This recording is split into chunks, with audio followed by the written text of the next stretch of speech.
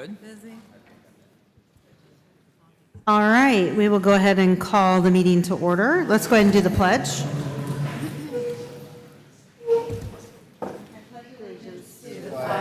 Of the United States of America, and to the republic for which it stands, one nation, under God, indivisible, with liberty and justice for all. And I'd also like to, really quick, just do a moment of silence for our neighboring school district. They lost 2 of their classmates over the past couple of weeks, so let's just take a moment of silence for them.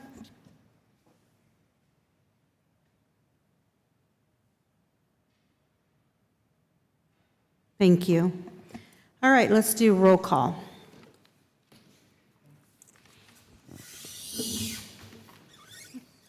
Mr. Bryan? Here. Mrs. Yemmerman? Here. Mrs. Mickey? Here. Mrs. Norris? Here. Mrs. Patrick? Here. Dr. Meiser? Here. Mrs. Marburger? Here. Thank you. All right, let's hear, first let's go to hear visitors. Do we have any visitors that would like to address the board tonight?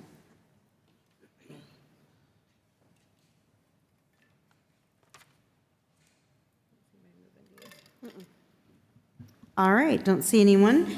All right, let's go right into communications then.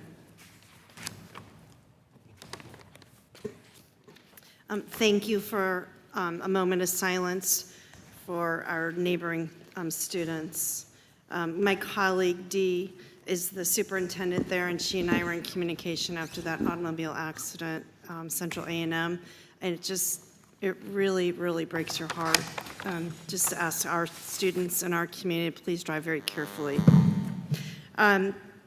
Just so you realize, COVID is surging once again, and in our school district, some of our key staff members have had to step out for a bit to be well, so some others are taking over responsibility. And just again, kind of wash your hands, remember some of those things. There is a variant that's out there. During our registration, we're going to hold a vaccination clinic for anyone who's interested. And the health department is partnering with us for immunizations. So those schedules are out on social media and posted. And our registration's on August 4th and 5th. There's online enrollment going on, so go ahead and take care of that. And then the next thing would be Matt Bloomquist was selected for Harbor Freight Tools Excellence. He's one of 50 finalists. And what they do is they give a pretty good scholarship to a building trades program. So congratulations, Matt, for being recognized, and keep us posted when we get you into the next level, and hopefully it's funded. We had some students attend the Washington Leadership Conference in DC for National FFA. It's Abby Norris and Abby Erlenbush. And the pair of Abbies will come and share with you the experience that they've had at the next board meeting. That's pretty exciting. We also had a team go to Scotland to judge, and they did some international championships. So we're going to hear about that as well. That's it. All right, very good. We will move into the consent agenda. First is the approval of minutes of the June 28th regular board meeting, June 28th public hearing, and the June building committee meetings. Any questions from the board on those or corrections? All right, we'll move to the next. We have consideration of the minutes of closed sessions of the Board of Education for the last 6 months. Any questions on that?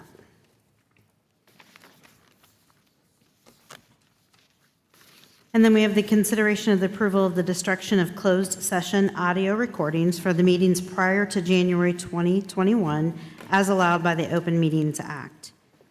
Any questions on that? All right. Next, we're moving to the review and approval of claims. Any questions on the claims? I had a couple of questions. I see that we're paying tuitions for several, let me get to it here. So what you'll see is scholarships that are flow through from us from the Hopper Foundation, and we do it twice a year. Okay. So there's different colleges. We send the check directly to the college for benefit of the student, Okay, The other thing that you're going to see in claims this time are some purchases. You'll see some grant purchases and some custodial purchases. You'll also see some annual subscriptions with the fiscal year just kicking off. You'll see insurances and different subscriptions for safety products for technology and some technology purchases. And those are one-time annuals. okay. There's also some PD costs that are on here that are a little bit larger than normal. We took our administrative team to the AVID training in Dallas, and that happened in June, but those charges hit the card services now, although they were tied to last fiscal year and they're grant funded. It's for professional development. I did have a question about that, because it looked like some similar travel charges were taken out of different accounts, and I didn't It understand was paid why. out of several different grants for professional development. There was 2 title grants, an ESSER grant. It was just paid out of different grants for different professional development. Okay, so those grants are under different accounts. in Typically, a the- grant okay. has a percentage that's required to be invested on professional development, so we try to maximize each of those sources. Okay. It just jumped out at me as odd. Yeah, and then some of us work in different departments too, so the Right. rules are different in grants depending on what you're trying to serve. Like pre-K would be an example. There's a specific grant for the folks that are in that program, and then title and various others. Okay. That's all I had for claims. So I just have one question. The legal fees, is that the final bill for the legal to the Hodges? Is it to Hodges? Yeah, is that the, okay. Yeah. We only keep the other on retainer. That was just a special circumstance.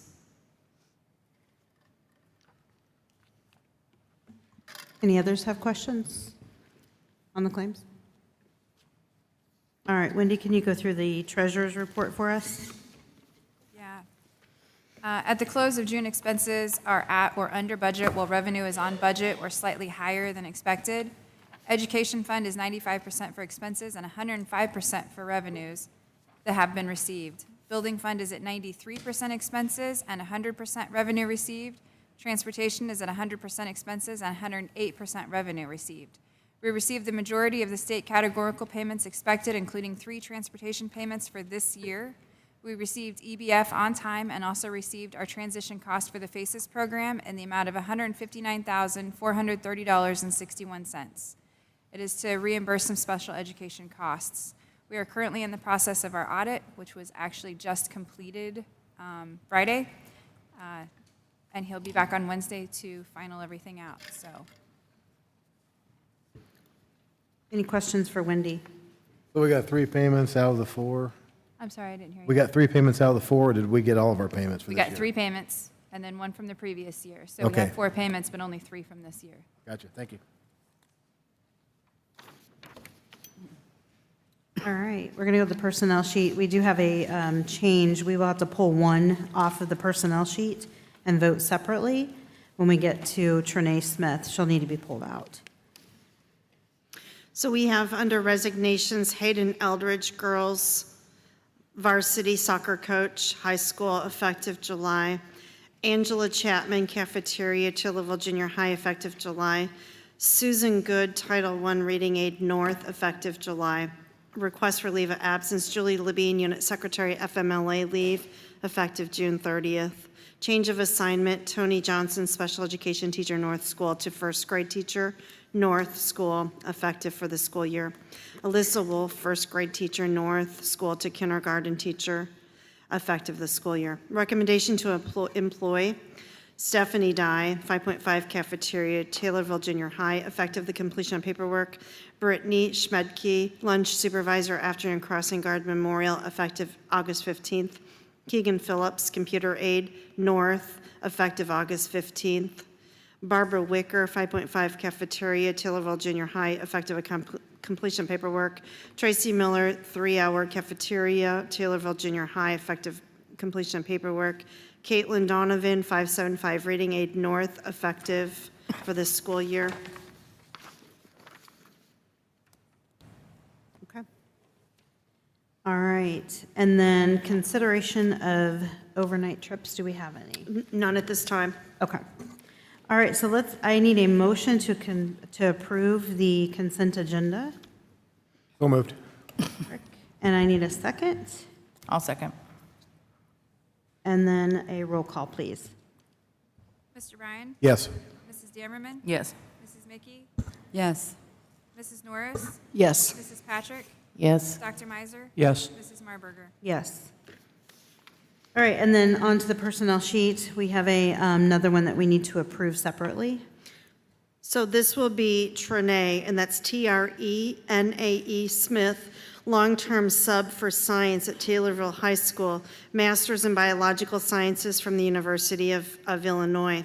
What we will do with her is we will put her on the scale as a incoming teacher, step 1, and we will employ her with an agreement to work very different than usual because we could not find a licensed person to teach science. And with her background, she has about 10 years of of instruction at the college level in a laboratory setting with students. And then we have a mentoring program in place. So we're confident she'll do a good job with content and kids. But it's a little bit different hire. And it's not a typical sub. It's just in that content area. And we're working with the licensure piece. We had tried to get her an alternate license. And right now, there might be some coursework that's required for that. So we're working on a substitute license. So we'll need any questions? I do. So she worked at the U of I Springfield as a lab technician or? No, as an instructor at the college level, Okay, so, but in a she's, laboratory setting, in biology. so she's certified to teach college, but Yes. just doesn't have the certification Yes. for, okay. Yes. Okay, but so she, She'll be What- she's she'll got be- a she'll be a substitute sub. license. and is she wanting to get her certificate to be permanent, or are we looking still for someone permanent? We have it advertised, and there just aren't any candidates. Right. And in particular, in some of these, do you have something to contribute? Yeah, just to make it as simple as possible. She was subbing in our district. She was at the University of Illinois Springfield. She was there on grant. That's how she was paid. That grant ran out, so she became a sub here within our district. In this particular, in biology, like many other schools looking for science teachers, it's just not out there. We do have it advertised, as Dr. already said. Couldn't find anybody, so they a long-term sub for us. Hopefully we can find somebody. That's for the first semester. And this is not a typical sub-assignment. We are actually employing her for a specific classroom. Right. So will she be responsible for developing lesson plans and all of that? We have a curriculum in place, but she will have to do weekly lesson plans and assessments with the students in addition to the instruction. Yeah. Okay.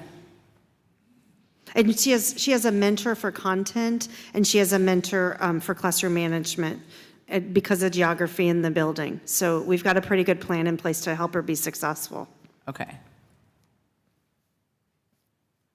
Is she interested in getting her license? We are working on that. Okay.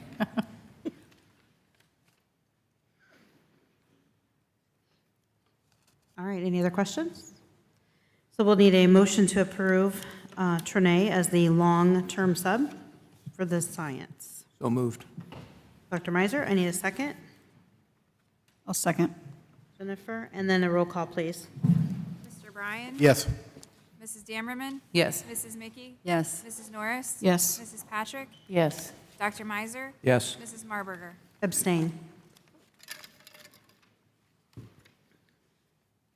All right, so now we can move into, I think, some pretty exciting stuff as well.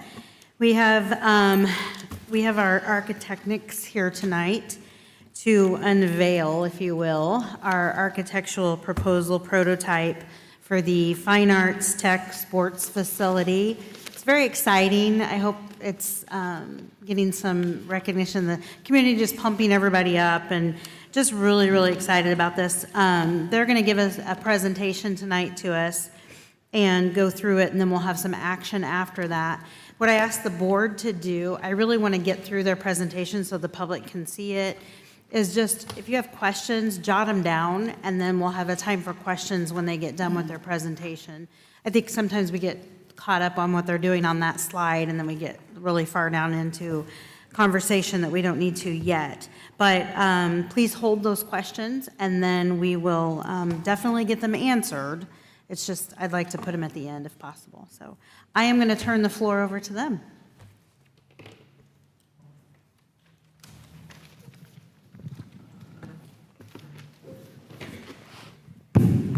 All right. Thank you, board. We're excited to be here tonight to share with you what we call the Schematic Design presentation for the project that we have been discussing here at Taylorville Community Unit School District Number 3. A couple of preliminary items of note. Schematic design is an important step in the process. It's kind of the first wave of response from the design team based upon the criteria that we've heard from the client, from you guys over the past several months. So we have listened, we have asked questions, we have been questioned, and this is our first response. Most of the stuff that you're going to see tonight is going to be very familiar to you. You've probably seen a lot of this information in one form or another, but we are continuing to develop these things based upon the meetings that we are having with each client group here. Most recently, we met with all of the players about 2 weeks ago, 3 weeks ago, and we went through this exercise where we went room by room in the plan and talked about what kind of floor goes in that room, what kind of special features are going to go in that room. Does that room have plumbing? So that is the latest layer of information that we have for you here tonight. So again, schematic design, step in the process, very important step in the process, but it is only a step in the process. I will say this, nothing that you see tonight is locked in stone. We can make changes, we can make adjustments, we can make tweaks. We can make big tweaks, we can make minor tweaks. So if you see something, don't quite understand what you're seeing, have a question about that, absolutely, let's come back to it. But we will make adjustments as we move forward. And just so you know, our overall schedule, I apologize, we're going to kind of fight the technology here until I get comfortable with it for a few minutes, so just bear with me. I'm going to work off of this screen. Isaac's also going to broadcast on the large screen up above. The overall schedule has us, this red line, end of July, completing schematic design. So we're right where we need to be. This is the schedule from, thank you, I don't want to have to break my neck.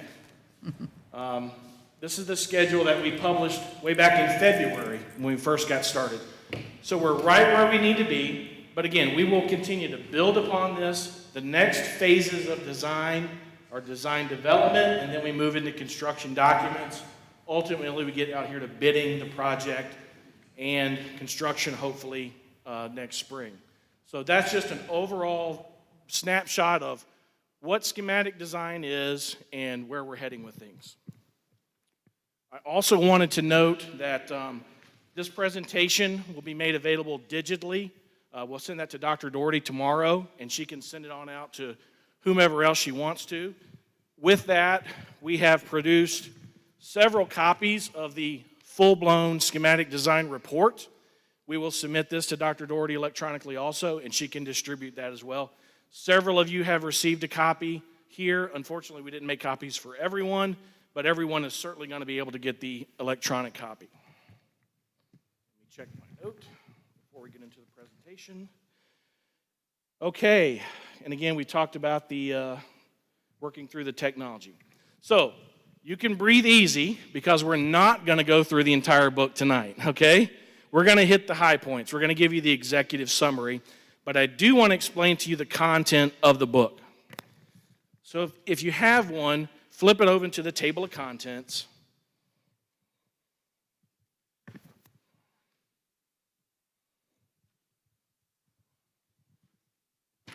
All right, so the book is organized in 8 sections. The first section is the project summary, where we just talk about high altitude goals of the project, how we got to where we are right now and how we're going to be moving forward. We're not going to spend a lot of time on that tonight. We're going to spend most of our time in section 2, the schematic drawings section. So we'll go through those drawings in a minute. You'll find that tabbed in your book. So keep that handy here. In just a second, we'll get into those drawings. Section 3 is what we call the system narratives. We are verbally describing to you the roof system, the HVAC system, the plumbing system, the site utilities, and then getting into great detail with each of those various attributes. You see how they're broken down here. It is going to be very important for you all to review all of that information, but we certainly don't have the time to get into all that tonight. So I would encourage you to review that. If you have questions, concerns, email us after this presentation, and we'll take those things into consideration. The same with the next couple of sections, and these are more for our own purposes. We go ahead and pull together what we call specification sections, which is our guideline to the components that are going to be included in the design, in the drawings. It just gives us a guideline to work to, and then also building code review so that we know that we are designing a building that's going to be acceptable for the building code. And then last but not least, the room data sheets. We will hit the cost estimate here at the end of the presentation, and then the last section, just documentation about all the previous meetings that we've had going back to February. So that is the way the booklet is put together. Let's get into the drawings.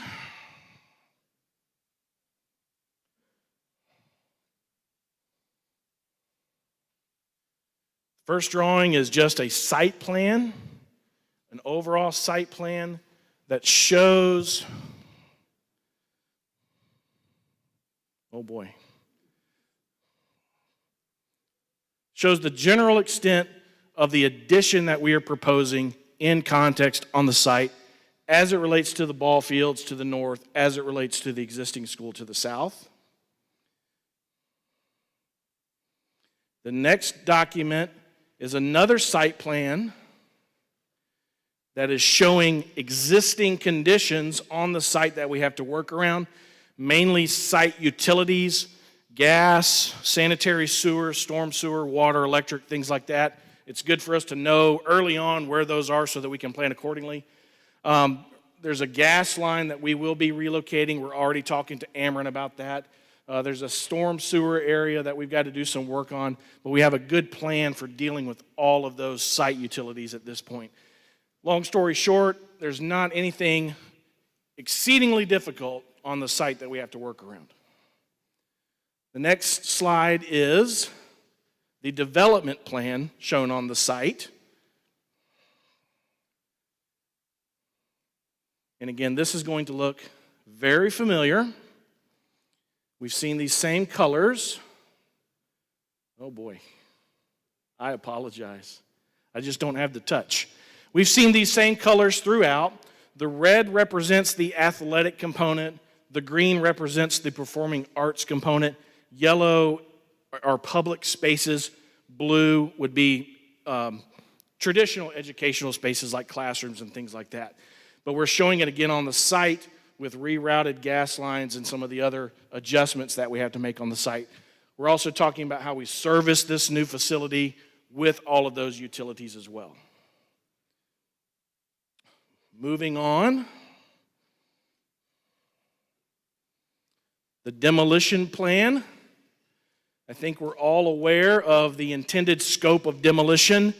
The intended scope includes demolishing the two-story 1950s era wing on the east end, the gymnasium on the northeast end, and then the single-story area that has a teacher's lounge and the chorus room as well.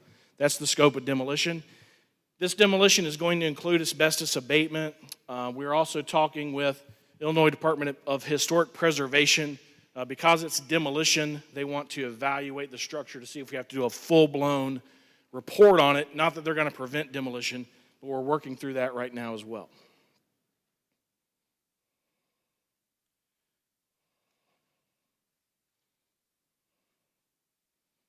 The next page is our overall main level site plan, main level floor plan.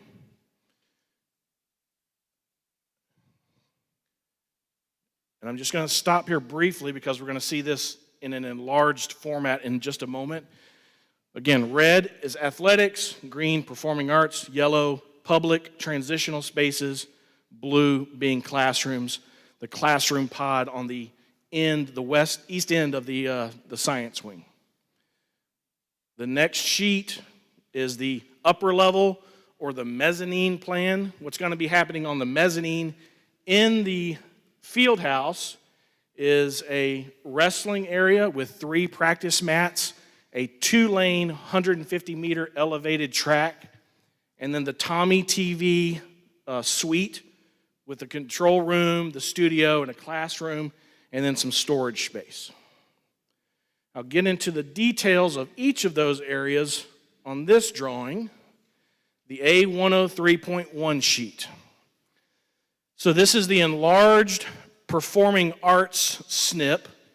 The performing arts portion, you enter into the lobby from the north, large lobby with several areas of seating for informal seating or breakout instruction or anything that could be dreamed up there. The lobby is a 2-level lobby to work with the grades that we are working with existing right now. You enter low, come up a set of stairs. That gets you on the main floor of the high school. We do have ramps and stairs to get up to the elevations. The performing arts facility, the auditorium, right now we're showing it to have 527 seats. They are all wide seats at this point. We'll make some adjustments to that with the official layout as we move forward. And there are wide aisle widths there, 36 inches back to back in the auditorium. The stage is 40 by 100, and as you can see, it fits a full band with a choir behind it and large percussion section.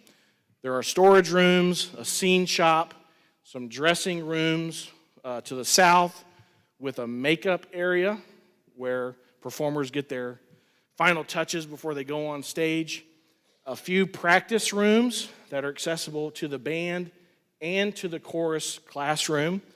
The band is a renovated space. The size of the band room is not going to change, but we will replace the carpet, the ceiling, paint the walls, cosmetic treatments in that area. The chorus room is a new space. It's a tiered classroom. There are 3 levels of risers to the north side of the chorus room, and includes an office and a storage area. Back into the lobby space, large restroom facilities, including single-user facilities for families or for other purposes. The next plan, A103.2, is the enlarged field house plan. Again, this shows a field house that includes 3 basketball courts, 3 volleyball courts, a large weight room to the south end with power racks in the center. The athletic department has talked about having a turf strip in that weight area for sled pulling and practices for training. So that's what that long rectangle represents. And then large locker rooms also to the east side of that fieldhouse area. There are 432 lockers in each locker room, so quite a few lockers. More restroom facilities. These rectangles around the perimeter are what we call tip and roll bleachers. They're not permanent bleachers. They can be wheeled out and placed in that long storage room to the northeast there. You can get to the mezzanine level by a couple of sets of staircase here on the south end of the gymnasium. And that gets you up to the wrestling area and the two-lane track up above. A103.3 is an enlarged plan that shows the Tommy TV suite and then the classroom edition. Tommy TV suite on the left-hand side here.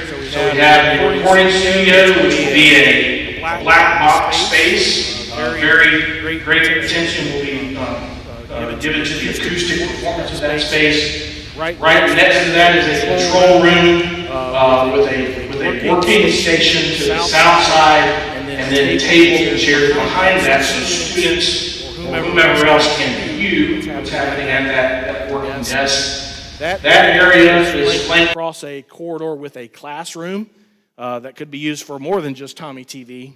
And there is a large storage area that we have dedicated for the Tommy TV curriculum, but there's other storage area in that space as well that could possibly be developed into more classroom space if that's a need. This is all an open space. There's a balcony that will be open to the lobby below. So this will be a very dynamic, very active focal point in the lobby.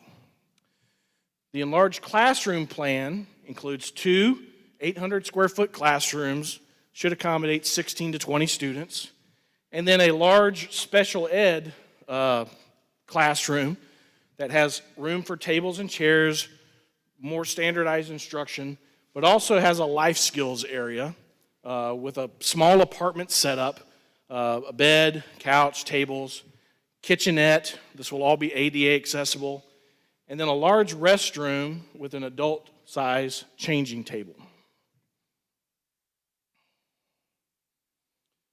That's our walk through the plans. Now let's talk about what we believe this building will look like on the exterior. I'm going to hand the mic over to my associate, Jason Schemp. Good evening, I'm Jason Schemp with Architectnics, and I will walk everybody through what we've developed for the exterior elevations.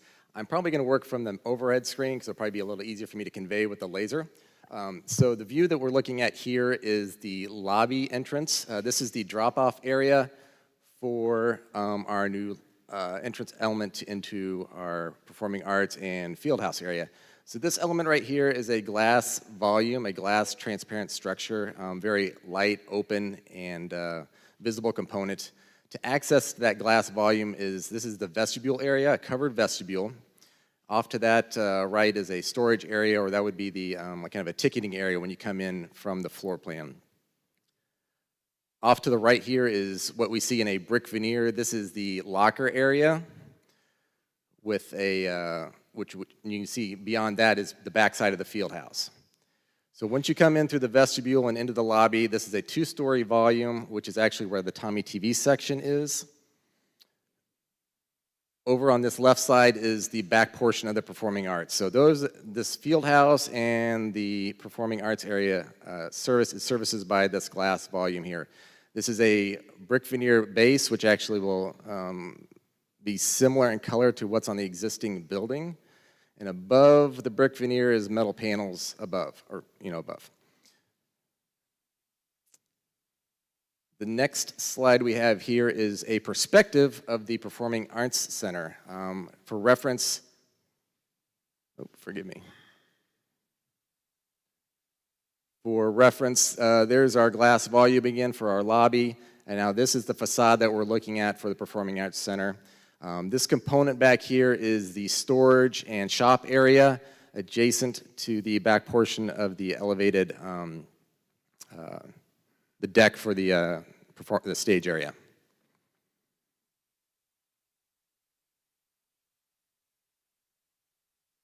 Can you adjust that for me, Isaac? Can we go back one? Let's see. All right. Okay. This image here is the view that focuses on the field house area. Our lobby is over here off to the left. These are our locker room areas, and then this becomes the field house.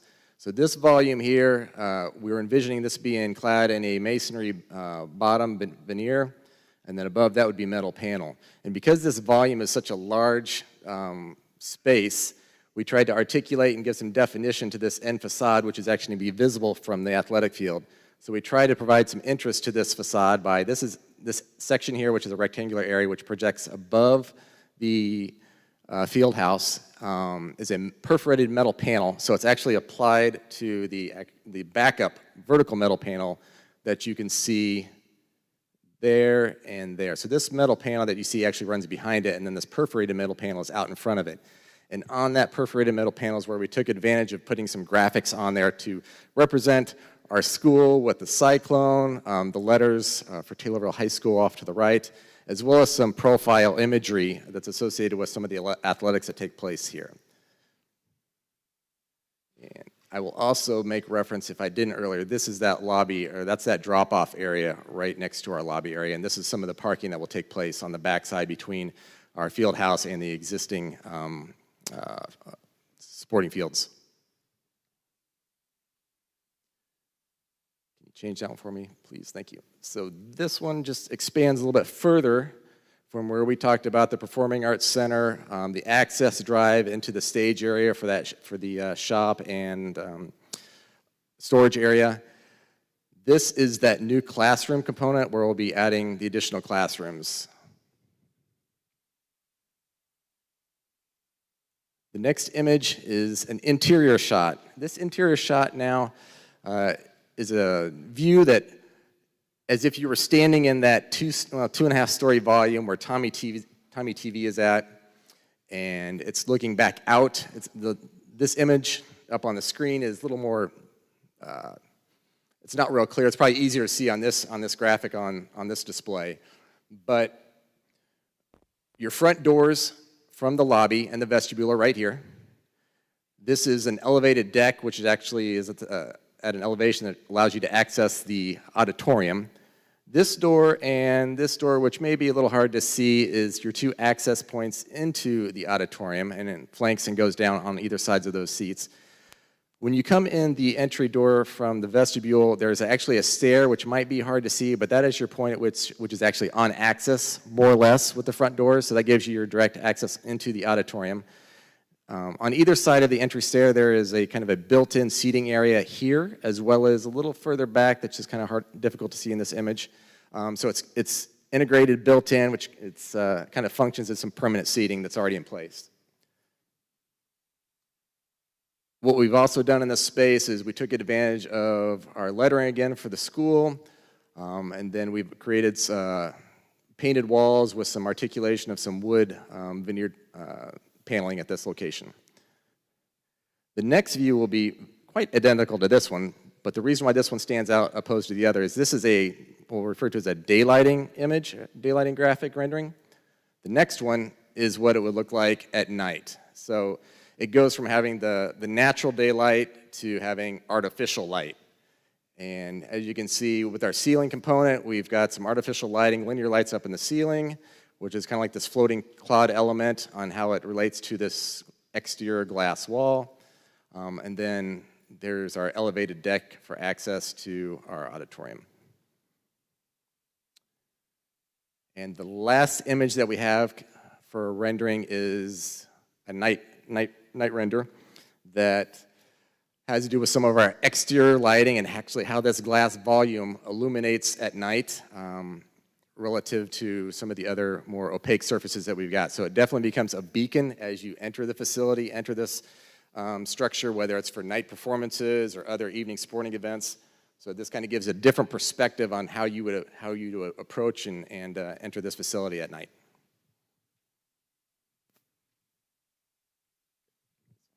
Great, thank you, Jason. Okay, so the last slide in our presentation is the cost estimate slide. Where are we at as far as dollars and cents? Everything that you've just seen, we are estimating. This is an all-in budget, so this includes construction costs, demolition costs, asbestos abatement, soft cost, all the architectural fees, construction management fees, $16.9 million. This is consistent with what we have reviewed here in the past. It's actually come down a little bit. We worked pretty hard on a couple of categories in the estimate to reduce some costs. So $16.9 million for the big picture building that we've just shown you here tonight.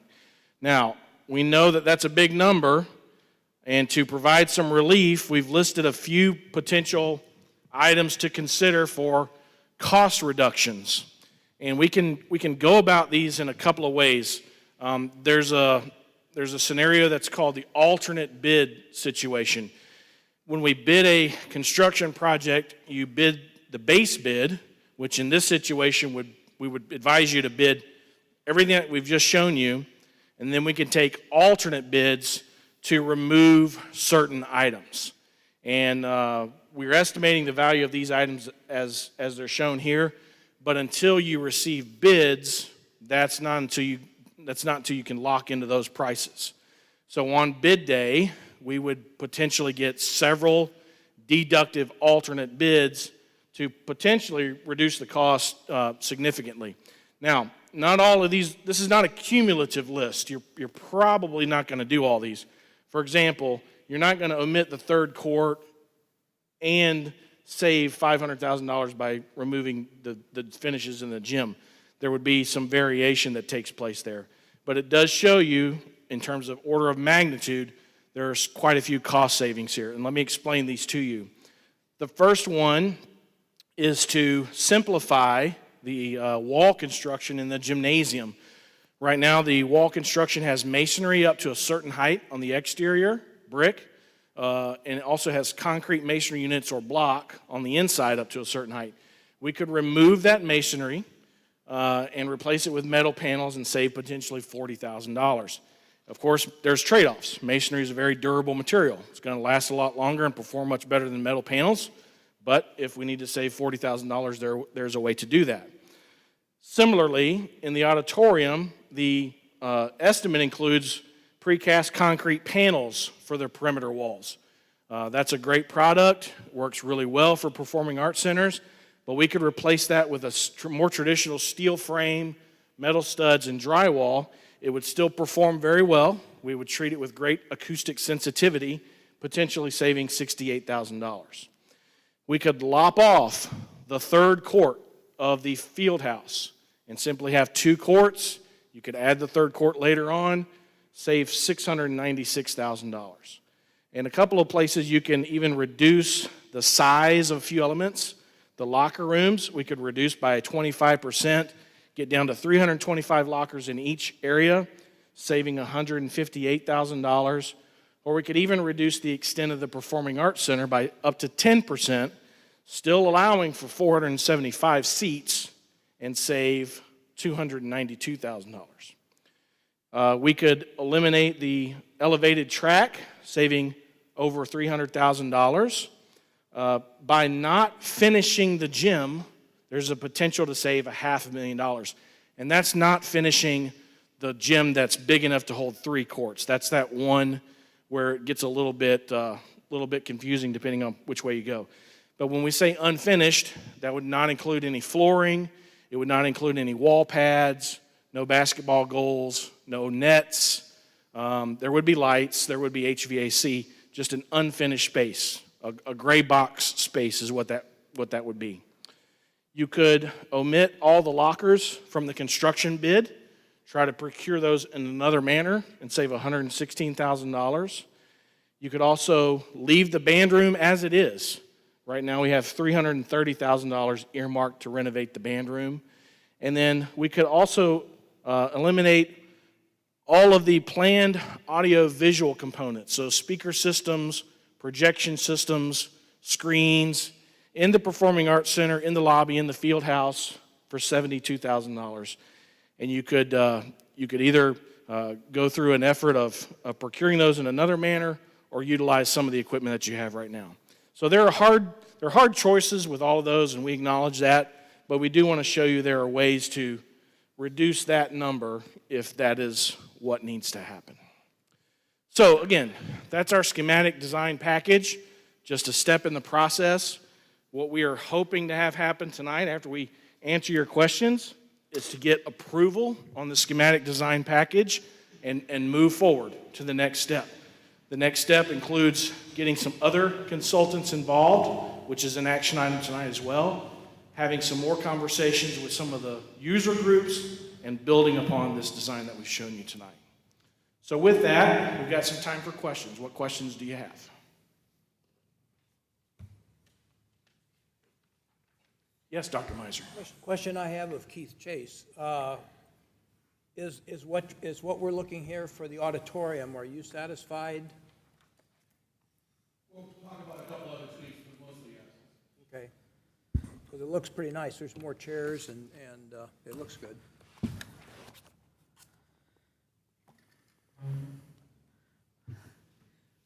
Oh, I wish these numbers looked better.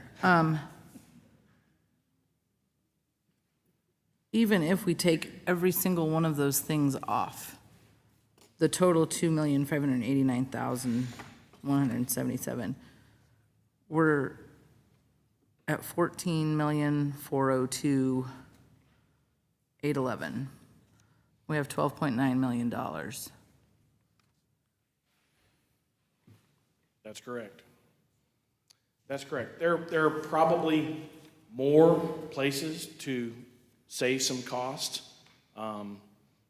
This is the easily identifiable large-scale items.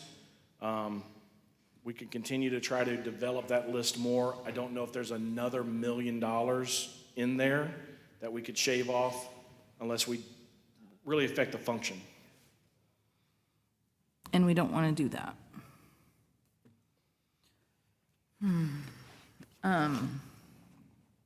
I did have some questions about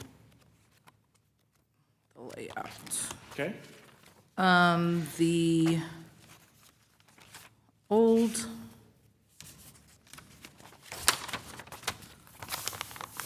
okay, so what's staying is like where the shop, that hallway there with those classrooms, the shop and that stuff is staying, correct? Yes. And then it takes a hard right into the east gym area.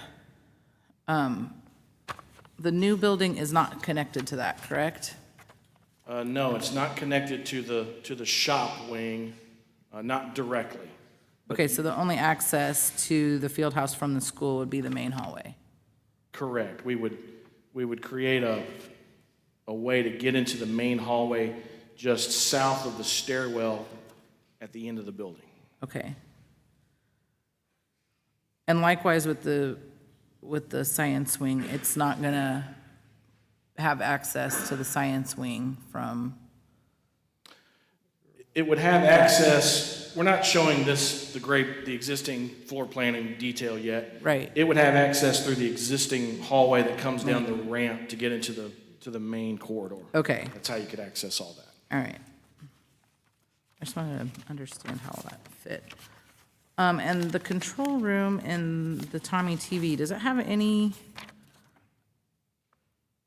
I guess when we started talking about this, and maybe I thought this in my head and it was inaccurate, but I thought that the control room would serve the auditorium also. Is that not the case? Well, that was one of the things that we had talked about in the past, but they do kind of serve different functions. The control center for the auditorium is different than the control room for Tommy TV. So we kind of left that behind at one point in time. Okay.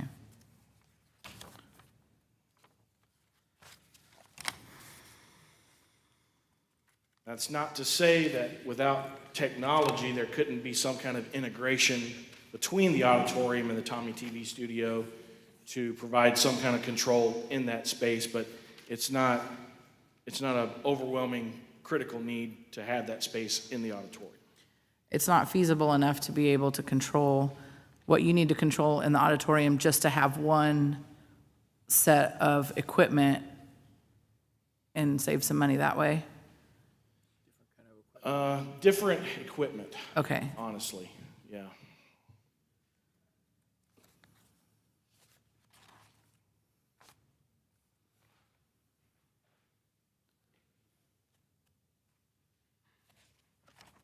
Yes, Dr. Meiser. I think to be complimented. I think this is very nice, you know, from Thank where you. we started and what we've built on, this is, hopefully we can raise the money Yes. to do the whole plan, but this is a beautiful plan. Well, thank you. I like what you've done. And I just want people to know that at least I'm satisfied with the looks of this. I think it's when you take this off, the problems we're having with the junior high or the old east wing with the settling and everything, getting this all done, this is going to be a great addition to our school. Absolutely. Really good, something we would be very proud of, and I think a lot of people would want to come down to Taylorville and take a good look at what we've done. Great. I just have one question. I think I know my answer, but I Okay. want to point it out. On the classrooms that you're adding, because I wasn't here when it got moved to the science wing, Yes. which I absolutely love that. Okay, good, there. Is that, that will be direct access, right? Correct. There's a Okay. set of doors that exists right here, right Uh-huh. now. That hallway will just get extended into this new addition. Perfect, External access as well. Yeah, set of exterior doors as well. Correct. perfect. For dropping kids off in the morning, sure. Yep, perfect. And that's probably something we need to look at also as vehicular access Yep. in this area, but that's another thing that we can develop as we move forward. Okay, perfect, thank you. Yeah, that was my question. Because it would be nice to be able to just pull up to those doors and some of those kids could just be dropped off right there.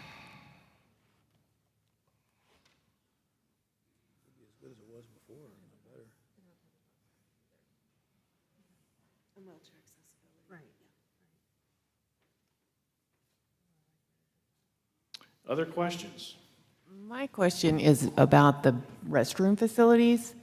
Are they only located in the lobby and there's none towards the back of the, That's correct. We do not have any, the main restrooms are here. And the idea is that those would be shared between the field house and the lobby. There are additional restrooms in the field house that the public could use. There are no doors preventing anyone from using those restrooms. Now, inside the school, the male restroom is just beside the stairwell, and I think the female restroom is towards the center of the hall, or is it all the way on the other end? Okay.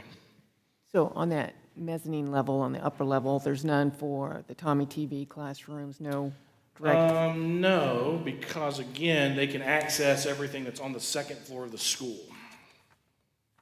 Okay.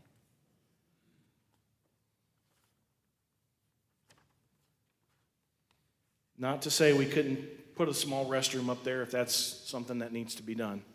But again, they could, these students, these folks that are in this area can come right in this hallway, reach the men's restroom and then the women's restroom down below.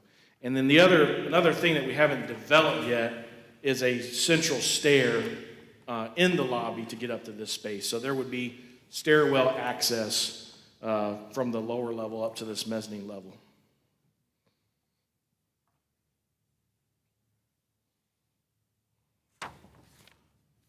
Yes, Mrs. Fergan?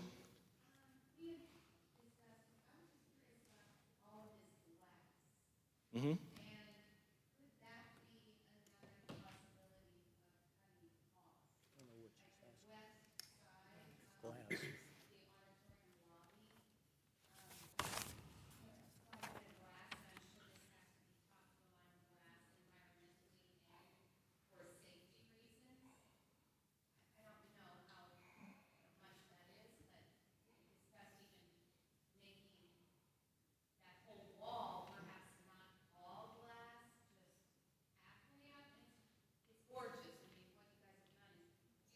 Right. Right.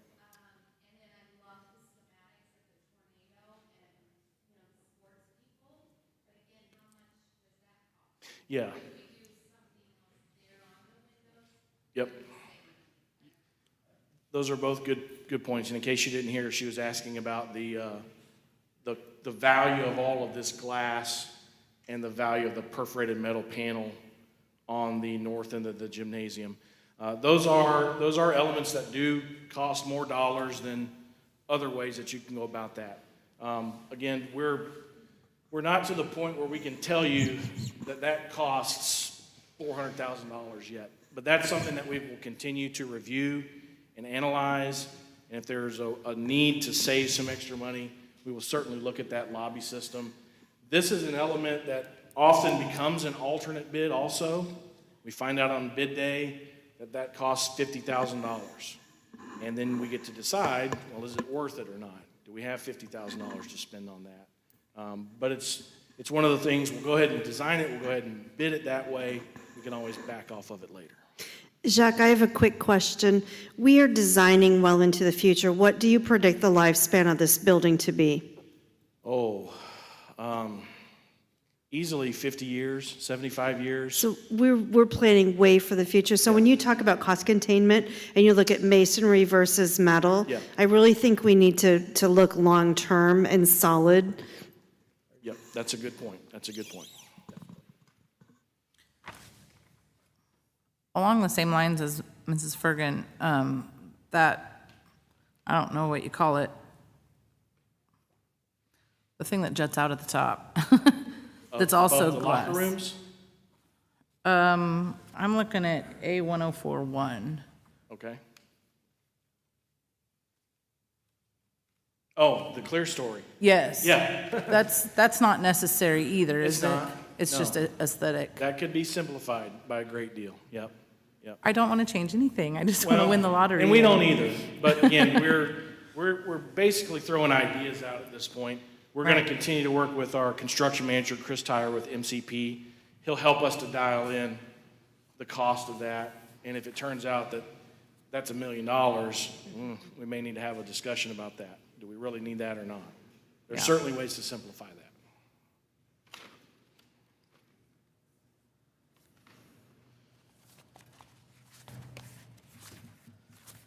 Other questions?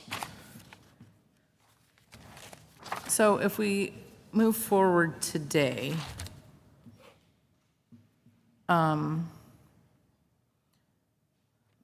the cost estimate is not set in stone. Nope. But can we get it, and I know there's great efforts and fundraising going on, and we're hopeful about that, but can we, if we agree to go forward today, are we okay to scale back? Like, I guess, by saying yes today, what does that get us? Does that get us, okay, we have to commit to this square footage? Do we, I mean, or can we keep scaling back as we need to? Yeah, you're not committing to anything tonight. Again, you're not locking into this building at this size with all of these features. We're very well aware that there's a financial limit here. We do need to get to where we understand what that limit is, but we don't have to know that just yet. I think one of the dates that we talked about was by September 1st, we'd like to know what we are actually targeting. And until then, we can continue to make adjustments to this facility so that we know exactly how much that's going to cost us. So you're not committing to anything tonight. You're just telling us, we like what we see. By the way, Mr. Architect, we don't really want to spend $16.9 million. What can you do to help us out? And we will continue to move forward in that vein towards the design development goal, which is at the end of September. That's the next milestone. When we come back for design development, and we're going to be here between now and then also. Oh, come on now. By the time we get through with this project, I will have mastered. And then you can teach us. There we go. We will come back with another package similar to this, but with more detail. It'll be twice as thick, and there'll be 100 drawings at that point in time. And the cost estimate will be 15 pages. So at the end of September, we'll have a much better idea about where we are. And until that point, we're cognizant of all those issues as well.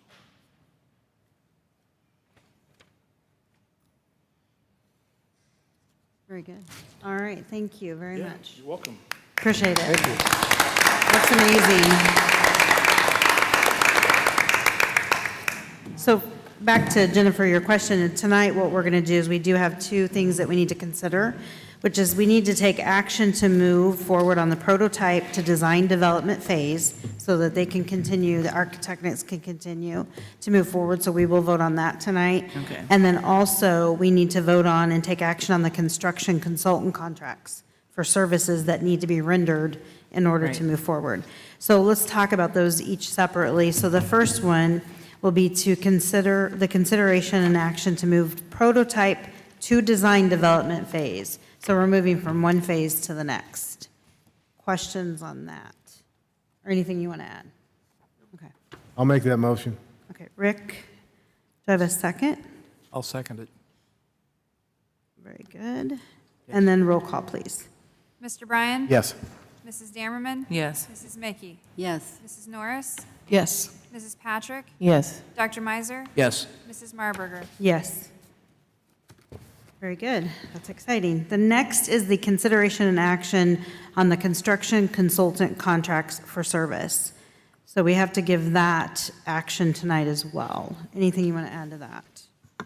Or questions? So Jacques has presented a package where he's gone out and looked at consultant contract bids, and he has recommendations of 1, 2, 3, 4, 5 for us to approve.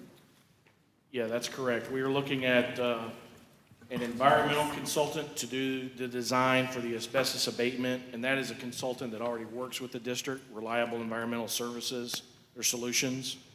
And then also geotechnical. That is a company that will do soil borings and tell us about the condition of the soils, and that will inform us about the size of our foundations. And we received 3 proposals for geotechnical, Crockett, Andrews, and Terracon. We propose that you accept the proposal from Crockett for $12,800. Civil engineering, we obtained 2 proposals, one from Green and Bradford, who is the city of Taylorville engineer, very familiar with the site, which will be beneficial. And then we received another proposal from MECO Engineering. We inquired from Prairie Engineering, another consultant that we work with, but they declined based upon their workload. And as you can see, Green and Bradford's proposal is significantly lower in cost than MECO, so we suggest that you accept that proposal. Theatrical consultant, Peerbolt Creative is the only consultant that we inquired upon because we've worked with them several times in the past. We really like working with them, and they do a great job. And we are recommending that you award that contract for $29,500. And then we did receive 4 proposals for acoustics and audio-visual design. And both theatrical and audio-visual, it goes without saying, those are going to be crucial to the performance of the Performing Arts Center. But they will also be involved, especially the acoustician, in the lobby and in the field house. Branch Pattern from Kansas City was the low guy, the low firm at $43,500, and you see the proposal that we received from Avant, Stan Roller, and Henderson. So those are our recommendations. Thank you. Any questions?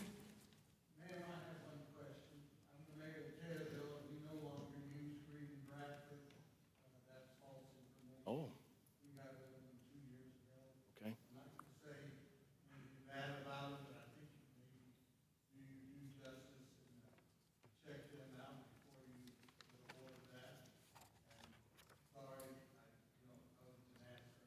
Yep.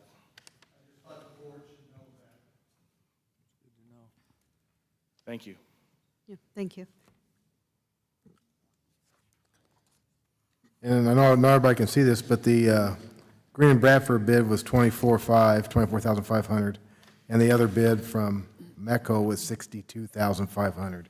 There's a significant dollar difference between the two. And all these awards that Jock was telling us about are all the lowest bids. So just make sure everybody's aware of that. We have to go with the lowest bid, right, based on No other reason not to, yeah. Reasonable. reasonable, right? Okay.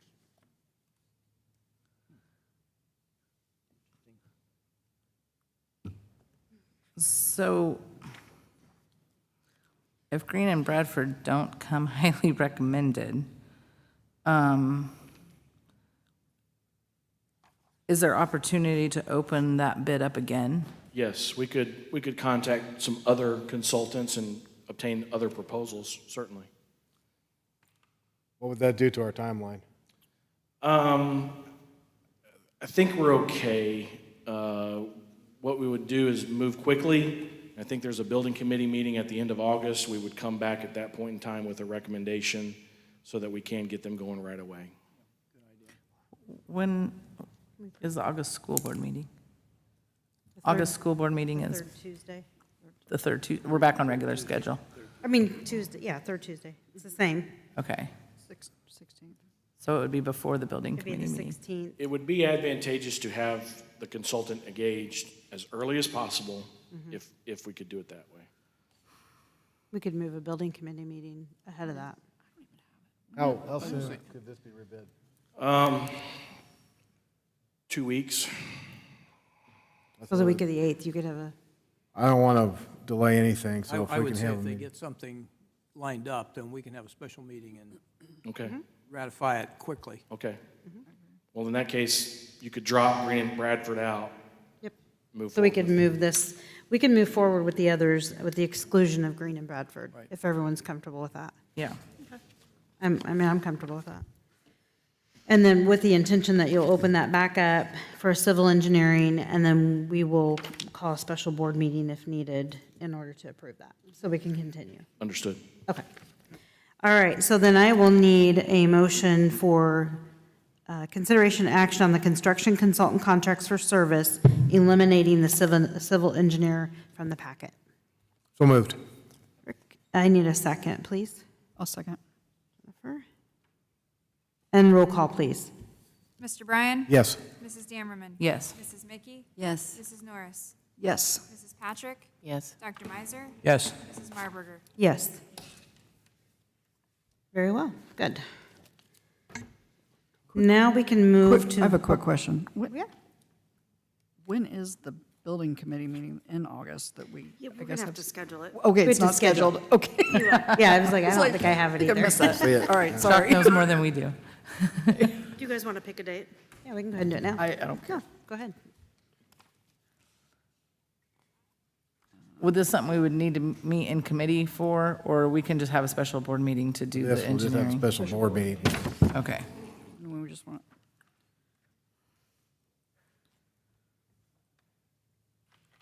So do you want a Just set committee it. meeting, or do you want a, we just want to wait till they have the information. we'll have to wait till they get us the Well, yeah, I'm going to information. say, what's the point until we, Yeah, let's There's just not wait, for and when they that, but she was asking if there was a building committee meeting I thought they- in August, but we don't have one Scheduled. scheduled. do we need one? I don't know. Jacques, is August 16th, is that too far down the route for you, or does that work on your timeline? To approve your recommendation then for civil?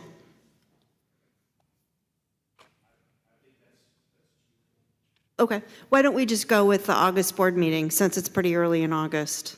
Okay, But if we need to, we can. if that changes, throw up a flare and we'll I help don't you think- out. Yeah, because I don't think it needs to go to committee, it's already been there. Yeah. Right, Right. yeah. Okay. Very good question. All right, next, we have the consideration action on the FY23 amended bus contract for student transportation with Durham. We received two options from Durham. The first option is they need to increase their wages, so going from $17 to $21 an hour, and the second one is from 21. 21. 17 to 21, Gotcha. or 17 to 22. Yeah, I didn't hear the last number. Yeah. So last year, we had 21 routes. A way that we're trying to contain costs is lowering the route numbers. So we would be going to 18 routes instead of 21 routes. It would increase our payments from last year by 4.5% if we went to the $21. Altogether, it'd be about a 21.3% increase if we continue to do 21 routes. But since we cut down to 18 routes, it lowered our payments, so it'd be about a 4.5% increase from last year. If we went to the $22 an hour, it would be about a 6.7% increase from last year.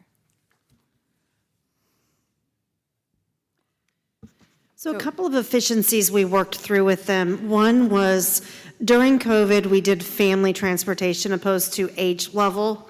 So it reduced some routes and also some declining enrollment. So we really asked them to take a hard look at those routes and to help us with the costs. We understand that they can't be competitive with getting drivers and there is a national shortage.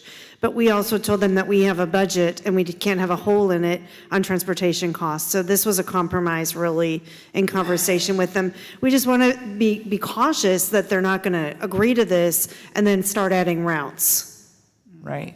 So we really, we broke it down to look at route cost. We think that's probably the best way to look at it. And I asked, we have really met with them and talked and looked at every angle.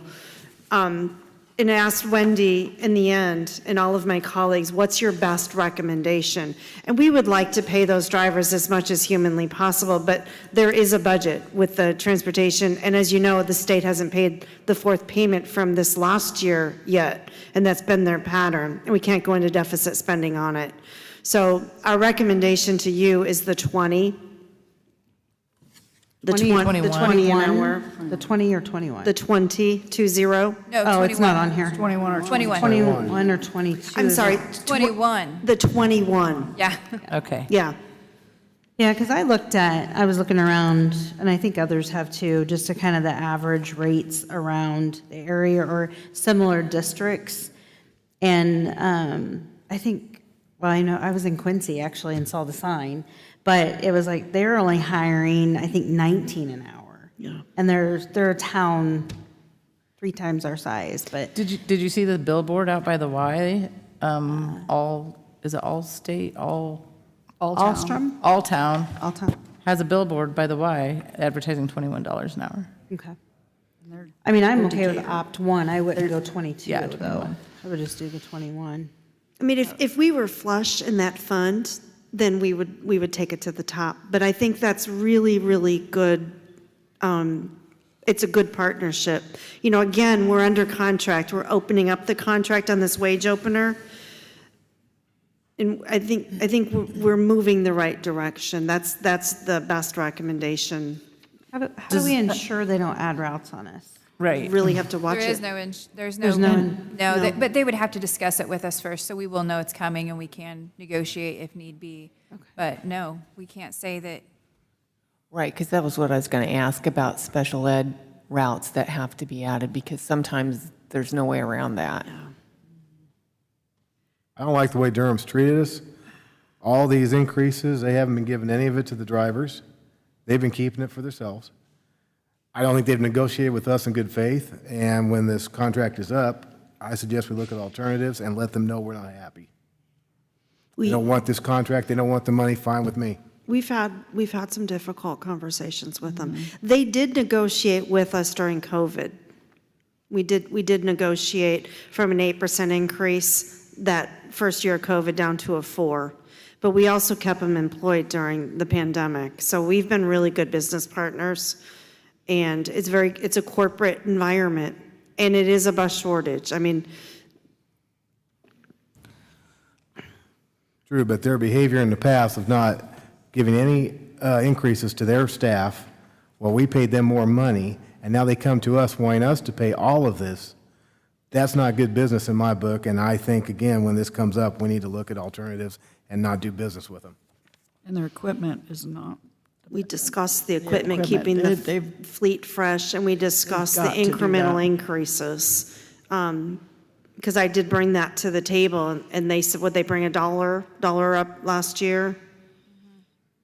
But those were addressed, and yes, during bidding, we'll look at that again.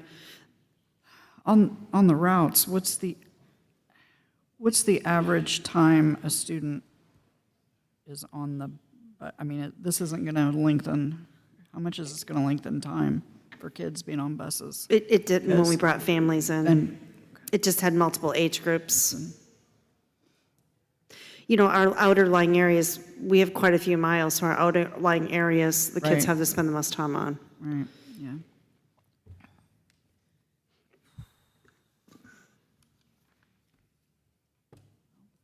Any other questions? So if they come back to us and say, oh, we're gonna need to add a route, can we tell them no at that time? Or we just have to say, oh, well, we gotta live with it? And now we're back up to, 12% increase instead of a 4% increase or whatever. I mean, is that what we're facing? We don't have to say yes, but. Just had a I mean, conversation, right? Yeah, it would just depend on the conversation. Is it going to reduce, are we having kids on the bus too long, or do we need another special ed route? Or, I mean, there are chances that we are gonna have to add another route. Yeah. Do they currently have enough drivers for 18 routes? I think they had 17 when we were there, is that correct? 17, and then they had 3 were in the- 4. in the yeah, pipeline? 3 or 4 in the pipeline, so. Okay. And we talked about having one in reserve and having some other people certified. Okay. I mean, I understand where they're coming from, but, you know, we need consistent, reliable service that we can afford. Right. How long is the contract with This Durham? is- this will be the final year. This is the final year? Yeah. Okay. I mean, and I know we can't do anything right now, but are there other options, like you were talking, Rick? Are there, I don't know if. We have to there's- explore. I mean, there's no other bus companies in town, but what I've seen I've seen how happens many is other options we'd have. if they didn't do it, they would sell their fleet to another firm, and then they would do it. Another corporate probably. coming Have a in. local hub for student, Johannes. There's a Decatur version as well that we had looked at when we were reviewing all the different costs and all the different concerns with this. When does that contract come up for negotiation again? This is the final year in it. Right, but like what month?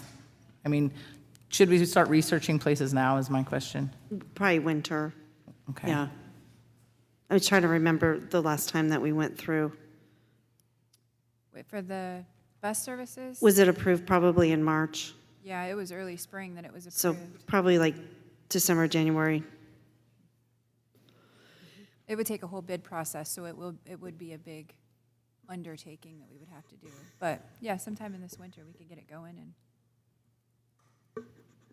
Or at least get our feelers out there, right, and look and see what's available, or if we're like right on target with what everybody else is charging. Right. Right.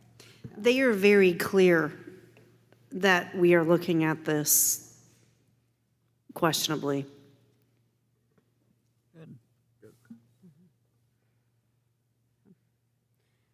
Well, I feel like we want to take consideration and action on this, but I will need a motion on the option that we would like to go with. So I don't think we have a choice, we have to choose one. So I move to vote to approve option 1, driver starting pay $17 to $21. Do I have a second on Jennifer's motion? I'll second it. Carla seconds, and then roll call, please. Mr. Bryan? No. Mrs. Dammerman? Yes. Mrs. Mickey? Yes. Mrs. Norris? Yes. Mrs. Patrick? Yes. Dr. Meiser? Yes. Mrs. Marburger? Yes. All right, next we have consideration and action on the FY23 lease to Durham for the white vans. Recommendation is that we continue to lease these vans that are still here for extracurricular activities, and it gives us flexibility to do bus driver shortage as well. This contract is over at the same time the bus contract is over? Yeah, it's for one more year. Okay. So the vans are still here, and they pretty much live at the high school. They've been across the district. They're $650 each, $1,300 a month. And they're the white, the 14-passenger. They're taller vehicles. You've probably seen them around. And what it does is it allows us to get basically our high school activity groups out and about in light of shortage on the extracurricular drivers.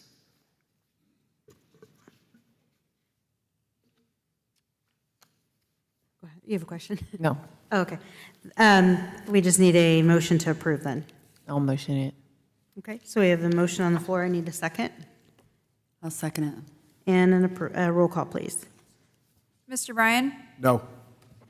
Mrs. Dammerman? Yes. Mrs. Mickey? Yes. Mrs. Norris? Yes. Mrs. Patrick? Yes. Dr. Meiser? Yes. Mrs. Marburger? Yes. All right, next we have the consideration to approve the IESA of application for a co-op team sportsmanship between Taylorville Community Unit School District and Vision Way. And so you want to talk about that a little bit? I do. The Elementary Association for Sports, this process we went through right before the pandemic hit, and we were ready to take it to the board meeting, and then we were interrupted by COVID. So we had all the paperwork signed in agreement with Vision Way, and essentially this allows the younger cross-country kids to start in, so they don't have to wait to get to our district to participate. Any questions? There's no cost involved, it's just us saying, yes, they can participate with Yeah. our team. And we have things detailed out with them on an agreement form. But basically, it's an application for cooperative team sports with IESA. Any other questions? All right, I need a motion to approve the IESA application for the co-op between Taylorville and Vision Way. So moved. Dr. Meiser, and a second. I'll second. Jennifer, roll call, please. Mr. Bryan? Yes. Mrs. Dammerman? Yes. Mrs. Mickey? Yes. Mrs. Norris? Yes. Mrs. Patrick? Yes. Dr. Meiser? Yes. Mrs. Marburger? Yes. So next is a discussion about the e-learning plan. Allows us to use e-days during snow days. So up until February of this year, we had a smooth sail going on no snow days. And we were pretty sick of remote instruction. However, come February, it extended us 1 week into June, and it was too long and too late. And so the request came from our teachers and our district leadership team and our administrative team to please resurrect the e-learning plan and get approval from the state. So we intend to do that with your blessing. It's just a state form and process, and we're working through the steps. And just tonight's a discussion to bring you back on page with that. There'll have to be a public hearing, and there's some steps that have to be taken, and we have the whole format and ready to go. So we're going to proceed with that with your blessing. And that will allow us to flexibly use time for weather and emergencies that arise. So will we then eliminate the snow days, not use them? Certainly going to try. Try Yeah, and just go with e-learning. certainly going to try. You'll see a lot of our neighboring districts are making this move as well. We were, gosh, until February, we're doing great. And then we had a whole week that hit us in February, 2 blizzards back to back. So that's a lot of time, to tack on the end of the year. And our prime learning time's not in June. Right. So have staff indicated that they feel confident to provide the e-learning instruction? They've agreed, yeah. There's going to be, now that we have the nice new website, there's going to be a way to access by grade level what has to happen when that occurs. And then our technology deployment is pretty excellent these days. So that was kind of what I was going to ask. There won't be a great need for, I'm thinking more like the elementary age kids to be taking home their Chromebooks and iPads every day. But do we work that into, if there's inclement weather planned overnight or whatever, they just take them home within that Yeah, they'll do evening? the best with kind of pre-gaming if we have warning. Yeah, Yeah. okay. So you just need us to say, go forward, right? We don't need to vote on it or No. anything? Okay. I'll put the package together and. Is anybody, Go through the steps. anybody opposed that they move forward with this? No? Okay. You have our blessing then. Thank you. All right, so we have a consider and approve the adoption of the updated job descriptions. So our job descriptions were mimeographed on that blue reel when I don't even know, was that be 60s, 70s? But for the last several years, we've been working on update with them between research and with HR services through BSHU. And it'll be ongoing to keep them fresh, but we just would like to get and adopt them as of today, and then it'll be an ongoing process so they don't get so stale. Any questions? I do have a question.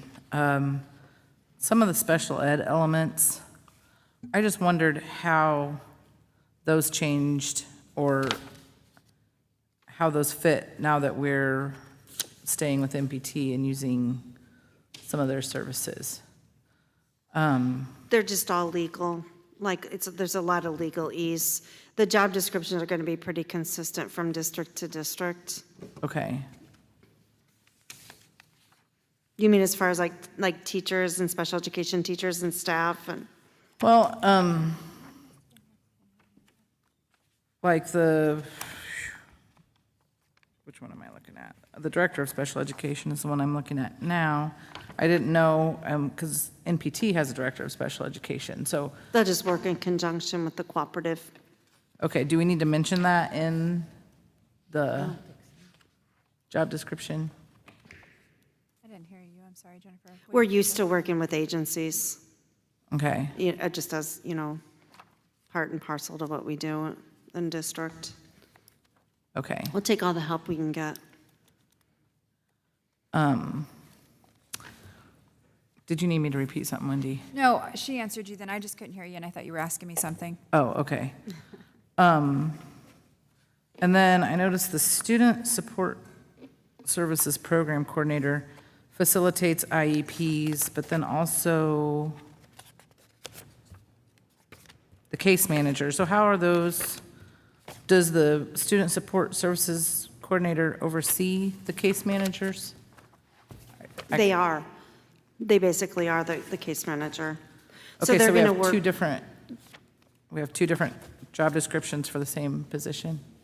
No. So I don't have my packet, and I don't recall receiving it, but Wendy says we got it. It was last board In meeting. June. She handed them out in June. You weren't here. I wasn't here. I didn't get I'm one. so sorry, I thought you were. I didn't know they got sent out. We can postpone it and do it next. I would like an opportunity to review those. Yeah, I think it's important. So do we want to, We can just table it till next. Table this one or till is there next any time. urgency? It's just nice to have legal ones. This is at least legal. You can Right. continue to update and reapprove and edit, but the more legal, the better. Because as soon as you have a lawsuit, they're going to go to job description, and they're going to go to, policy and see. And some of them are just really out of legal date. so the next board meeting is the 16th, which is like, what, 3 weeks? I mean, can we postpone it for 3 weeks to give Brenda the chance to review those? You sure can. And you can reapprove. Yeah. Do we want to do an initial one and then reapprove in 3 weeks, or just wait and do it in 3 weeks? You can edit any of them. You can You continually can edit do it. at any time. Yeah. You can approve And you're the going to see that. process. It's going to be an ongoing process, just like our policy. But you at least want a baseline. Yeah.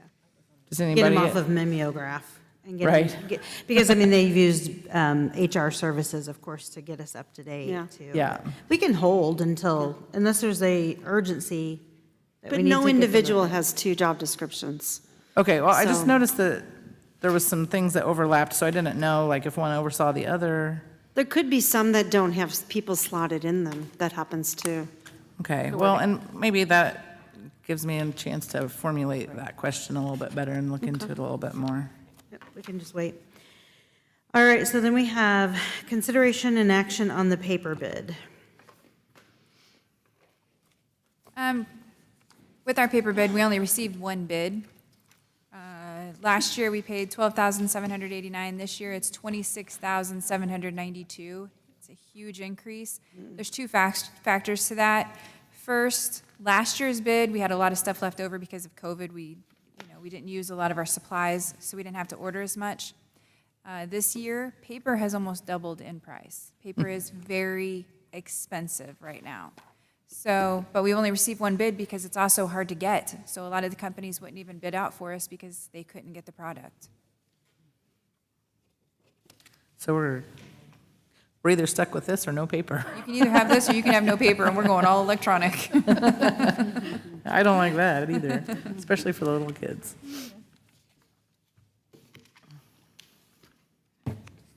So what do we need for this, like a motion? to- Yep. Yep, is there any more questions? All right, so we need a consider an action on the bid, paper bid. So I need a motion to approve. So moved. And a second? I'll second. Mr. Bryan? Yes. Mrs. Dammerman? Yes. Mrs. Mackey? Yes. Mrs. Norris? Yes. Mrs. Patrick? Yes. Dr. Meiser? Yes. Mrs. Marburger? Yes. All right, so next we have the MOU teacher evaluation recommendation to approve it for a 3-cycle and a waiver of yearly. So this has been an ongoing process that we're working through with the teachers' union. And as you would know, the last 2 years, we were able to waive tenure evaluations because of legal updates, school code updates. And the next thing that occurred, they've allowed that for this year as well, and then to move to a 3-year cycle. So this MOU cleans both of those pieces up. It moves us to a 3-year cycle, and it allows the tenure teachers to not be evaluated during this year. This doesn't have any effect on a teacher getting tenure, though. No. Okay. No, tenure is a natural function after the 4th year unless it's interrupted. It's not even board granted, it's legally granted. Right, okay. So basically, you have an MOU that was with the personnel report this evening, and it does those two things. It lays out the statute, it lays out the discussion agreement we've had with the union and administrative team and the expectation. We do reserve the right to evaluate when needed, but it takes that burden off of our teachers while they're still climbing out of the pandemic, and that's the reason that there's been a legal adjustment made. It's because of the climate we're in. And then moves it to a 3-year cycle. Any other questions? All right, we need a motion to approve. So moved. Second, I'll second. and roll call. Mr. Bryan? Yes. Mrs. Zammerman? Yes. Mrs. Mickey? Yes. Mrs. Norris? Yes. Mrs. Patrick? Yes. Dr. Miser? Yes. Mrs. Marburger? Yes. All right, that took us out of all the old business. Now we can go into new business, which is the consideration and resolution for allowance for interfund transfers between the education fund, which is 10, the O&M fund 20, transportation fund, which is 40, and then the working cash 70. And this is an annual item that we do to adopt this resolution. So legally, we're permitted to transfer our dollars in between funds. And here's the resolution. The Board of Education of Taylorville Community Unit School District, Christian County, Illinois, in order to avoid having to borrow money from outside financial institutions when one of the funds may be short. Now therefore be it resolved that the Board of Education of Taylorville Community Unit School District, Christian County, Illinois is allowed in Section 10.2233 of the Illinois School Code 105 ILCS 510-2233 approves the practice of transferring money on a loan basis between funds to cover need for expenses for the fiscal year July 1, 22 through June 30th, 23. Authorization is given to the superintendent responsible for budget development to carry out this process of interfund transfer. Ed fund, which is 10, O&M, which is 20, transportation, 40, and working cash, 70, with repayment to be made in accordance with the above to named school code. Any questions? The board will be notified anytime a transfer is, You're done. notified when there's permanent transfers, like if we move a large chunk of money for the construction process. But this is intended, like, for instance, we don't get our transportation fund, we pay our transportation bills. It's a temporary adjustment. But on a monthly basis, yeah, you get to see where the dollars are in the different funds. So helping to understand then, the temporary, you don't need Right. to have the hearing for, but the permanent is Right. when that comes into play. And temporary gets paid back by June 30th.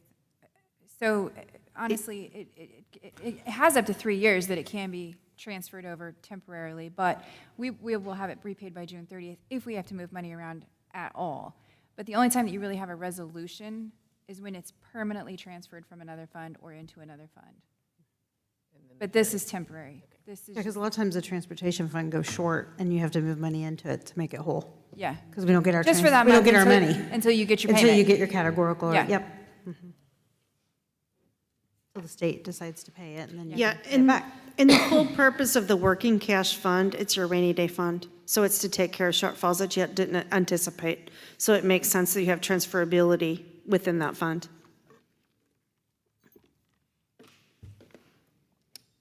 Any other questions? Ready for a motion? Yes, I am. I'll make the motion. All right, we have a motion to approve from Dr. Miser. Second, Second. Rick, and roll call, please. Mr. Bryan? Yes. Mrs. Zammerman? Yes. Mrs. Mickey? yes. Mrs. Norris? Yes. Mrs. Patrick? Yes. Dr. Miser? Yes. Mrs. Marburger? Yes. This is the same thing, right? I'm not doing another one, am I? Nope, just one resolution. All right, so next we have superintendent's report, correct?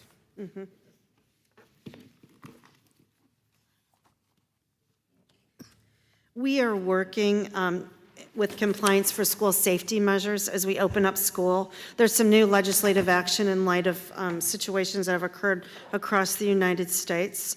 So just to give you that understanding that that work is underway, and we're working with our safety committee. Annually, we do that in September. This year, we're going to back it up before school starts, and then we're going to have trainings in each of our schools. And the chief of police and I, with our safety committee, already have some things underway, and they won't be publicly disclosed. But just to let you know that we are working on that. We're cognizant of the climate. The next thing is Steve Walters. I asked him to please come this evening and to give us an update on our school construction work, and he has prepared a couple of reports. We're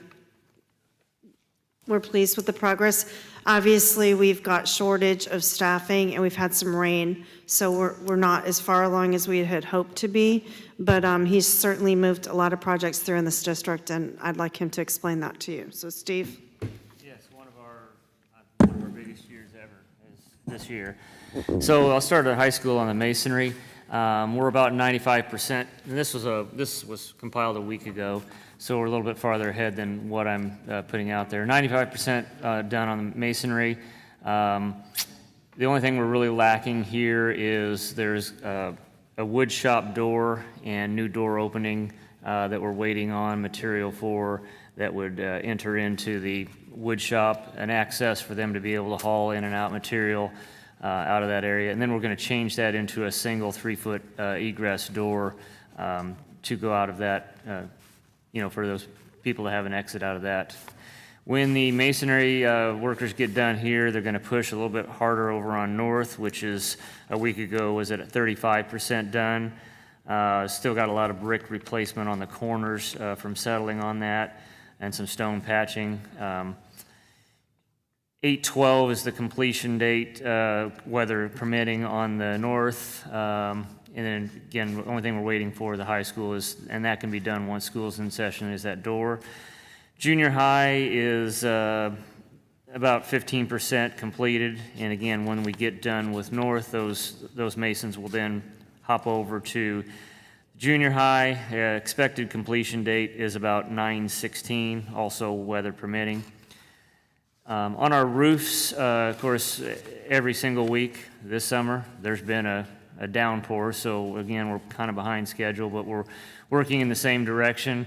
The roofing at the high school, the entire third deck is 100% complete, and we're about 35% done on the rest of it. 8/12 completion date, and then we're going to bring the sheet metal workers back all at the same time, which is August 31st through September for all the schools. Roofing at North, the upper roof is pretty much completed this week. Then we're working on the main corridor roofs, we're about 30% a week ago. Same timeline on the finish date and the expectation of the sheet metal guys. Junior high, again, that we're going to push everybody back together, and they'll all finish on that one, so we're only about 20% complete there. Probably the same timeline, so August 31st for finishing up on that, and first week of September, the sheet metal workers will come back and put all those copings in. Storage shed is about 90% complete. We're just waiting on doors and electrical. And the fencing is, I talked to the AMCO fencing, they're going to be buttoning that up before the start of school so we can have a secure area down that way. As far as things we've completed on our own, we have the rubber mulch project completed for Central School. That puts our two elementary schools and our preschool all having rubber mulch playgrounds instead of the old rotten wood that we've had for years. All the new furniture has been delivered and pretty much set up at North School, and all the plumbing fixtures have been installed at North. We should see a large drop in our water bill at North School because we had continuous flush fixtures over there from the 60s. Thanks to Mrs. Brown on securing grant funding for those two projects. The lockers at the east wing that we could salvage, which it was a very tough chore. We got those redistributed through the school. Now Matt has to figure out how he's going to number them because they're not in order anymore. The greenhouse, we had some termite issues around it, so we removed all the landscaping. We had that termite baited. We're going to work with the high school ag class on whatever they need with help, and they're going to repurpose that area and put some new shrubberies in there, new flowers, and be able to use that as an actual class. The gym floors at North, Junior High, and High School have all been refinished. In fact, we just got a few more days left on the high school gyms before we can get back on it. All the East Wing classrooms have pretty much been relocated throughout the school in anticipation of the removal of that wing. We've created a new dean's office at the junior high. It was basically a storage room, so we had to kind of shift a lot of things around. Our summer cleaning is about 90% completed, which is really good with having 3 weeks to go, so we can get back into the swing of things. Sidewalks to the east side of Central School, they're underway. I just stopped by there on the way here. We've got one of them complete, and this is to ease parents drop off. It's a very congested area at that front door. So the children that are using those classrooms on the east side will now have an avenue to walk all the way around with their parents and be dropped off at their classrooms. And again, that's thank you to Mrs. Brown for securing those grant funds. We are putting a new power service underground at North School. In fact, the shutdown date is tomorrow. We're going to do the switch over. It should only take about a couple hours with Ameren. And then the canopy material has been delivered, but again, with manpower, we just got an updated email earlier at the end of last week that there's going to be a delay instruction. So we actually have the material sitting out here, but it's probably going to be end of August, 1st of September before we can get that erected out here. And that's pretty much all I've got, and many, many other things that too minimal to add. What was the status of the gate on the football field up against the shed? Were we going to put one there where that door is off the shed? No Not gate. putting one in, okay. No, the building will become the fence, so that end will be closed in. Remove that, okay. Yeah, so the fence is going to be where the two corners of the building, that fence will be brought in and connected there. So that'll give anyone that's out on the field access to that overhead door to put equipment in, or football team could happily, go in there for inclement weather, halftime, things like that. Good idea. Yeah, I like that better. And then, so the one last thing, just this last week, we're seeking a bid for fencing in the old tennis courts to try to see what we can do to possibly make that parking. We can get the price, we just can't get the people here to do it. It's going to be probably late spring before any contractors could get to that, which we've got the parking facilities now available. It just may be moving some kids way back out in the back lot for now, once the construction starts. But right now, we are just like we were last year. We've still got the spaces available.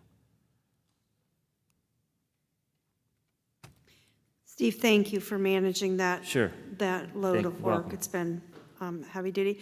Very nice job with the crew as well. Yeah, I really appreciate it. We've been safe and efficient, and really have got some good workers on the team. And your leadership's been impressive. Thank you. Thank you. This week, we worked with the city council to try to get a one-way over here on Rockney and a one-way coming out. And we don't have it done just yet, but we're still working on it. There's some mail routes and some other things to work out, so it'll be an ongoing project. Again, we're working on safety of moving cars and walkers at the same time. Right now, it's pretty congested with two-way and walkers. So we're working on that. We've only had one household that is not in favor, and they weren't in favor when we talked about it a couple years ago either. But it may be for the greater good, especially once we get a lot more action here with the new build. So we'll keep you posted on that work. They had committee meetings at City on it here this week and then communicated with us. Matt's been taking the lead on that for the district with the mayor and the safety committee. So again, looking at ways to make it safer for our kids to move around campus. Our CTI building, we've got keys and access, and we're gonna freshen up a couple of the rooms. When they moved out, some of the things they had to dismount, so we have to kind of plaster some walls and do a little bit of painting. So that's gonna be going on, and then we'll work on getting moved over there sometime this fall semester. We think we may move an office at a time, like during the regular workday, to not overwhelm the crew. So we'll keep you posted on that. Not in a gigantic hurry, but we got to get some infrastructure, theirs out and ours in, and some things done. So, but it's nice space. Everybody's picked their room, so my team is in better shape on it than they were a few weeks ago. And just we walked through it and talked it, and it's going to really be nice space to work and to serve the community. You're going to really enjoy it. Once we do get over there, we're going to get you guys more paperless. That paper bid, we're like, ugh. How can we pull those costs down? And we don't want to overwhelm you with a lot of papers. But we do want a mailbox system there for each of you with a computer. And there's a lot of outlets because Adam did it. So it'll be a nice place for you to conduct your business. So we'll have you set it up at home with technology and there with technology. And then we'll kind of wean you off the papers as you're able to be weaned off and move toward that Google Drive so you have a little more time to access information. So we are working on that still. That hasn't gone by the wayside. And the last thing that I have to share with you is regarding our investments. Because of the build and because of our fund balances, we've got some cash and we're trying to get it invested in the market, and we're really being lowballed by the bank. So we've had 4 meetings. They want to put us on a fluctuating rate that would float based on the treasury, the 90-day treasury. And they want to cap it. And I'm trying to work with them to not have it capped. And I let them know that really this is a very rare opportunity for our district to be sitting on. These are very large dollars, and we are a very large customer for them. They like to treat all their customers the same, and I understand that, and I applaud that. But this is not the same. Like, this is not routine business. So we have not signed anything. We have not signed anything. I'm still watching the market. That fluctuation keeps going, and you're starting to be able to earn more money on investments. So we looked at what the CD rates were, and they're lower than what the typical float that they want to give us. So I'll keep you posted on that, but we're still working on that process. I really am interested in keeping the dollars in the community, and I appreciate that. But we also, our bills are going up. And we've got to do all we can to manage our money to the best, function for the district. So I'm still working with them on that. And Wendy, of course, is helping drive that ship. So that's a local bank, I assume? It's our bank. And we love the service, and we love them, and we're fully committed. Yeah. We really, it's an unusual time for us. So it's not an option to talk to any other local banks? There's a public asset fund that schools can utilize and float money in and out of that's set up for investments, and that's always an option. We're not locked in to keep any funds with them, no matter what they agree to. It would just be a courtesy. If you're going to remove a significant amount of money, it would be a courtesy to them. But they did tell me they're pretty cash rich, and people haven't been accessing loans and things, so they said it's not the best time for their business. So it's an unusual time with the markets. The skirts are getting long, and the stock market's getting a little foul. But, economic indicators show, that we're going to not be stuck in this for long. So we're going to keep working on that. We're not ready to sign. Okay. All right. Is that it? Thank you. I think, Brenda, you're... Make the motion to adjourn. I have a second. All in favor? Aye. Any opposed that want to stay? Who had the second? I will email that to you, Rick. Rick? Yeah.